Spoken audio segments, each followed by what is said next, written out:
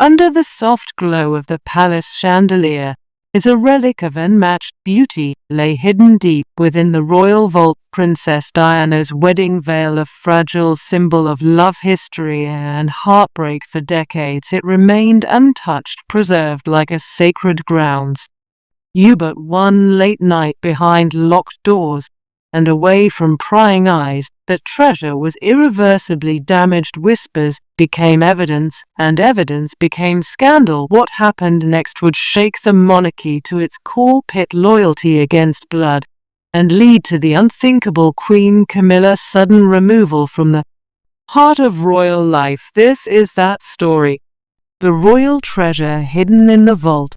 For years few knew exactly where it was kept, deep within the inner chambers of Buckingham Palace, beyond guarded doors, and under the watch of select staff, lay one of the most precious pieces of royal history, Princess Diana's wedding veil. It was more than a length of ivory silk.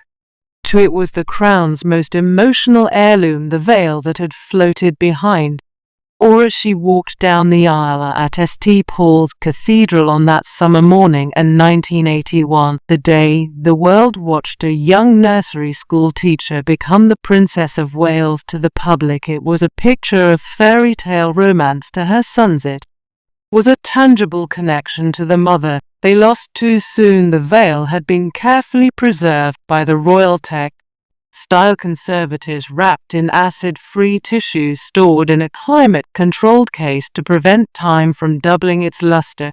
It had survived decades without harm, a silent witness to history as the monarchy changed around it. In royal circles, its location was almost sacred knowledge, entrusted only to those who understood the gravity. Its symbolism. The few who had handled it wore gloves and moved with reverence, knowing that even the smallest crease or tear would be considered an act of carelessness against history itself. Every so often it was brought out for a private viewing, once for William and Harry when they were teenagers, again for an exhibition celebrating Diane, his legacy. On each occasion it drew quiet awe from those who saw it, the fine embroidery and delicate drapes still holding the same magic that had captivated millions. To the royal family, it was more than fabric, it was a memory preserved in thread, a reminder of Diane, grace, and for her sons a piece of her that could not be erased by time or public opinion. But treasures like these do not remain untouched forever. Behind the polished image of royal tradition, the palace is still a place of human emotion, rivalries, and silent tensions. While the veil rested unseen in its protective case, the undercurrents in the palace were shifting. Relationships were strained, loyalties questioned, and the line between past and present blurred in the minds of those who had once fought for their place in the royal circle. In such a climate, even a treasured heirloom was not immune to becoming a symbol of deeper divisions. The security surrounding the veil had always been meticulous, but its most dangerous threat was never thought to be an intruder from the outside. The real danger, as history would soon prove, was much closer. The veil story, once defined by love and ceremony, was about to take a darker turn, and when the news finally escaped the palace, the public would learn that not all wounds in the monarchy are accidental. Some are deliberate, and some are meant to hurt. In the days that followed, life inside Buckingham Palace appeared as orderly as ever. Footmen moved in quiet efficiency, the scent of polished wood filled the air, and the ticking of the great hallway clocks carried on without interruption. But beneath the surface of this routine, something subtle had shifted. It began with murmurs among the staff who worked closest to the royal collection. Those assigned to the wardrobe vault had noticed small irregularities. A set of keys that had been carefully logged the night before was found hanging on the wrong hook in the morning. A storage ledger, normally precise down to the last stitch, bore an unexplained gap, and its entries had for first, these details were dismissed as oversight. After all, in a palace where hundreds of people work and overlapping roles, it was easy for tiny mistakes to slip by unnoticed. But these were not the kind of mistakes that happened by chance. One junior aide confided to another that she had seen movement near the restricted section long after the staff had finished. For the day she had not recognized the figure completely, but the silhouette was unmistakably that of someone senior. The story spread in cautious tones over tea breaks and whispered exchanges in the long carpeted corridors. No one wanted to speak too loudly in the royal household secrets or currency, and the wrong word to the wrong person can end a career. You're still, the whispers continued to grow, each retelling adding a layer of suspicion. By the end of the week, a quiet unease had settled in. It was not just the staff who sensed something was amiss. The royal curators themselves, meticulous by nature, began double-checking the archives more often each time they passed the sealed case containing Diana's wedding veil. They felt an instinctive urge to look closer, as if some unseen force was hovering over it. One evening, as the corridors emptied and the palace lights dimmed, an attendant carrying documents to the records room paused when she heard the faint sound of a door closing. It came from the direction of the private storage rooms, the ones accessible only to a handful of trusted individuals. The air in the hallway felt cooler, heavier. As she glanced down the long passage, a shadow moved at the far end, disappearing before she could call out. She told no one, but the image lingered in her mind. In a place built on tradition and protocol, any deviation from the ordinary has felt like a tremor. And though no one could yet put their finger on what was wrong, there was a shared sense that something precious was at risk. The veil, so long protected, now seemed almost vulnerable. What none of them knew was that the first quiet steps toward the scandal had already been taken, and soon those whispers in the core, it all would become undeniable truth. Captain, in the vault, the whispers might have remained harmless gossip had it not been for an entry in the palace's security log. The royal household's security system is meticulous, every door and chamber fitted with discreet sensors that record comings and goings with precision. Late one Thursday night, when most of the palace had fallen into silence, an entry caught the attention of the duty officer. The log showed that the secure storage wing where the royal wardrobe archive was kept had been accessed at 11:47 p.m. That alone was unusual. The area was generally locked for the night hours earlier with all keys signed in. More unusual still was the name attached to the access record. It belonged to Camilla, Queen Consort of the United Kingdom. The entry was marked as a personal visit, no staff escort recorded, no appointment logged. The night guard on duty admitted he had seen her, though only briefly. She had emerged from the dimly lit corridor, carrying a small velvet pouch, offering a brief nod before disappearing toward the private apartments. Such movements were rarely questioned direct, only especially when involving senior royals.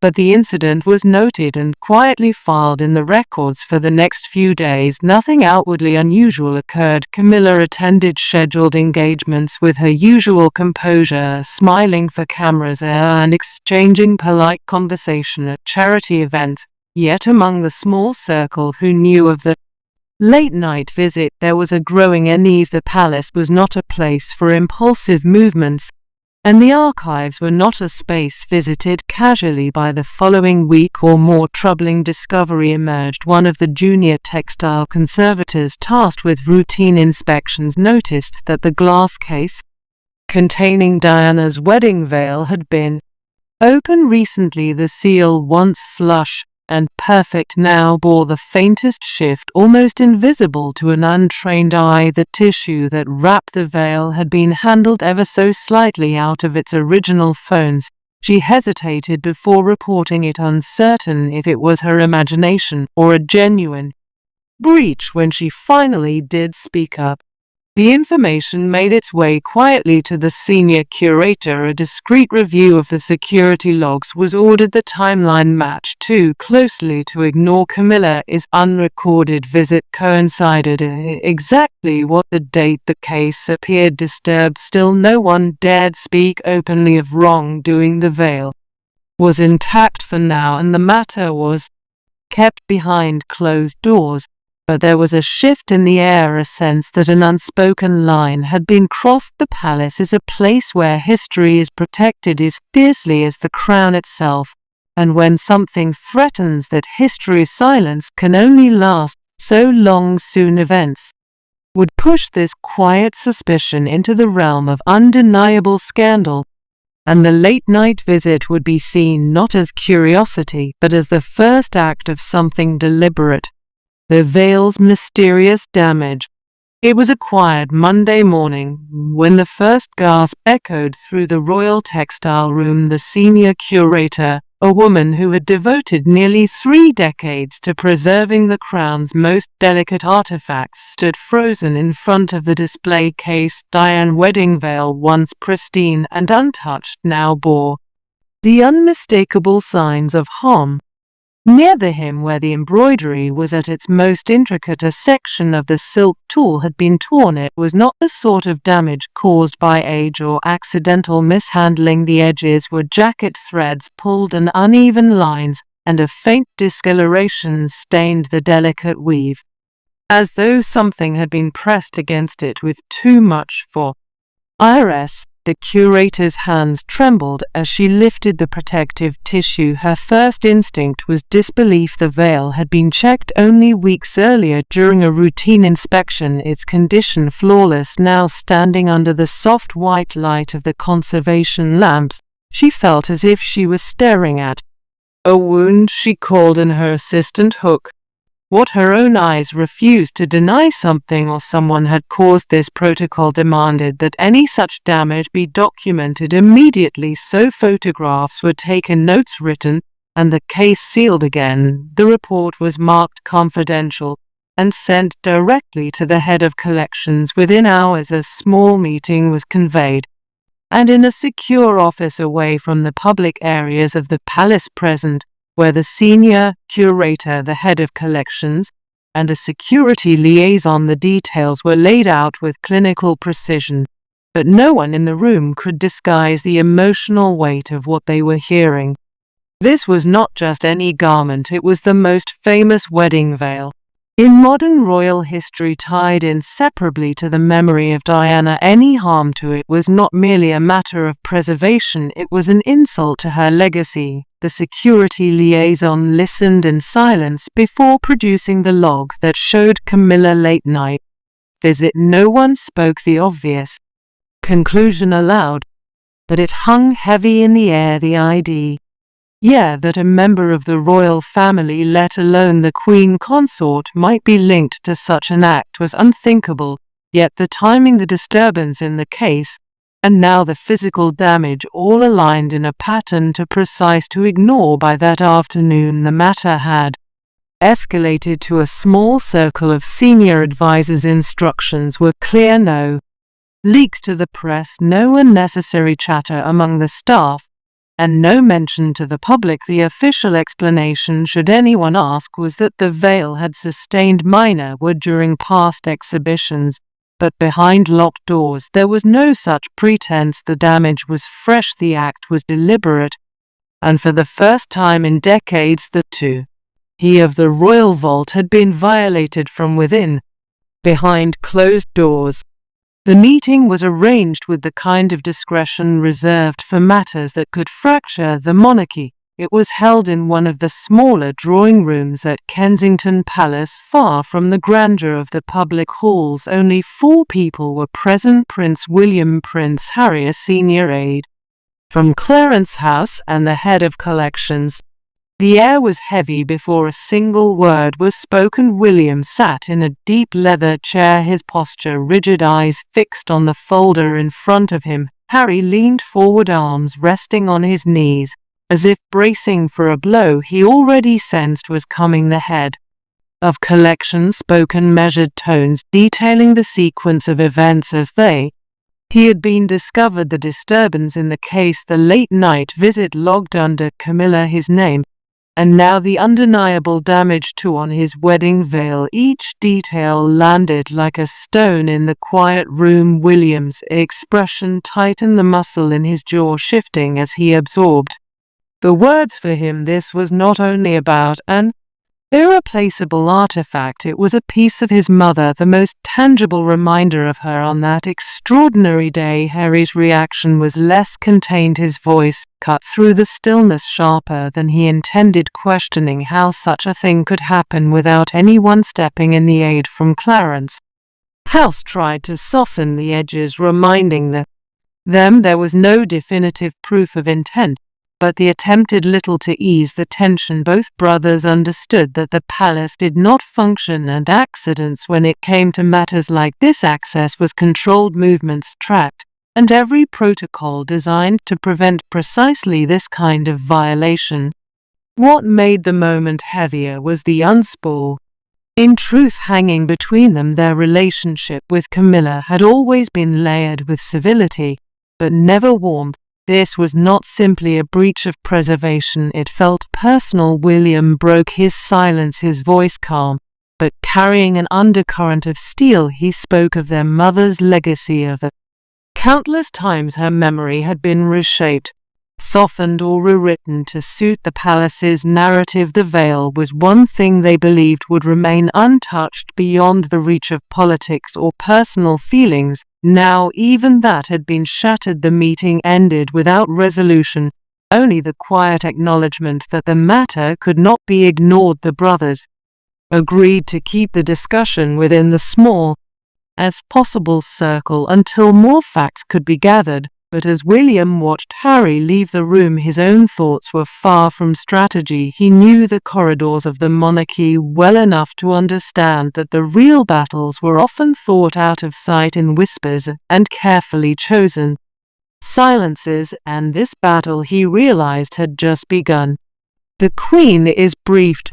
By the following morning, the matter had reached the one person whose reaction could determine whether it would remain a private scandal or erupt into a public crisis. Queen Elizabeth II was in her private study at Windsor Castle when her senior advisor entered with a sealed folder. The room was bathed in the pale winter lights, streaming through tall windows, the kind that made the dust mote swirl in slow motion. The Queen, dressed in a muted wool cardigan and pearls, looked up from her correspondence with the steady composure she was known for. The advisor placed the folder on her desk and explained that what it contained was not merely a matter of security but of family. She opened it and began to read. Her eyes moved carefully over each report: the account of Camilla, late-night entry into the secure vault, the curator's notes on the disturbance to the case, the photographs showing the tear and Diana's veil. The Queen's expression did not betray anger at first, only a deep, measured stillness. She asked pointed questions, her voice calm but precise, and during every detail was correct. When the advisor confirmed that access to the vault was restricted to a handful of people, and that Camilla's presence had been verified beyond doubt, the Queen set down her reading glasses. For a moment she looked toward the window, her gaze fixed somewhere far beyond the frosted gardens. The symbolism of the act was not lost on her. This was not only about a damaged heirloom, it was about the fragile balance of public sentiment, about the lingering affection for Diana that still pulsed through the nation's heart, and about the delicate position Camilla had been in for decades. The Queen had spent years managing the slow, careful integration of her daughter-in-law into the fabric of royal life.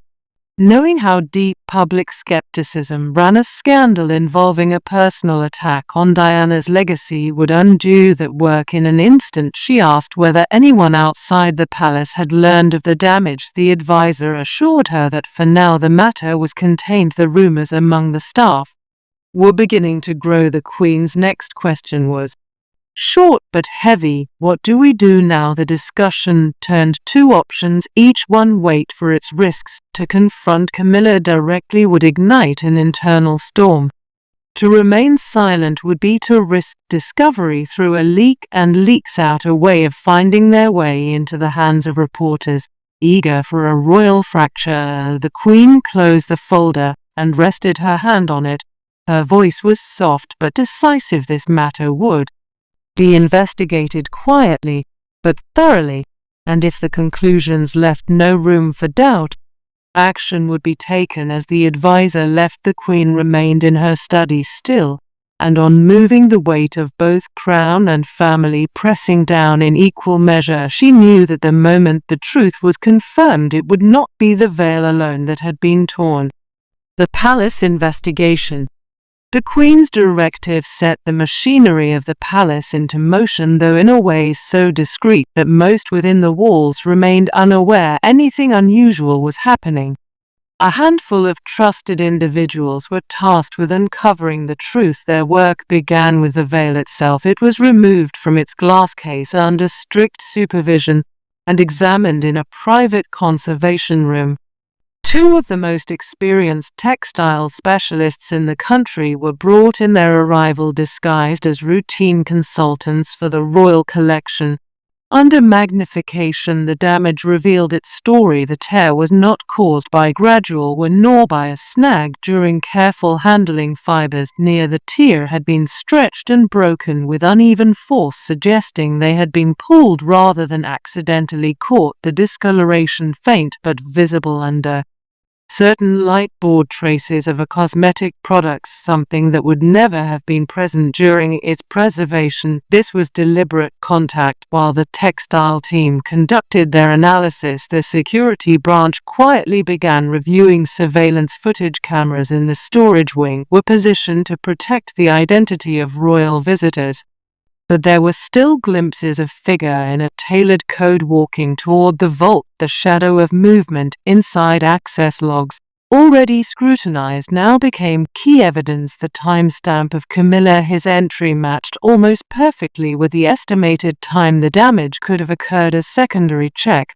confirmed that no other end of "You will have entered the vault in the 24 hours before or after" every piece of information added weight to the suspicion. Yet the investigators moved cautiously to accuse a member of the royal family, particularly one holding the title of Queen Consort, required more than inference. They needed irrefutable proof, something that could withstand and both internal scrutiny and public outcry should the matter ever be exposed. Forensic specialists were brought in under the guise of inspecting the vault's environmental controls. They dusted for trace evidence, finding minute fibers clinging to the inner lining of a storage glove that had been placed back on the shelf in the wrong position.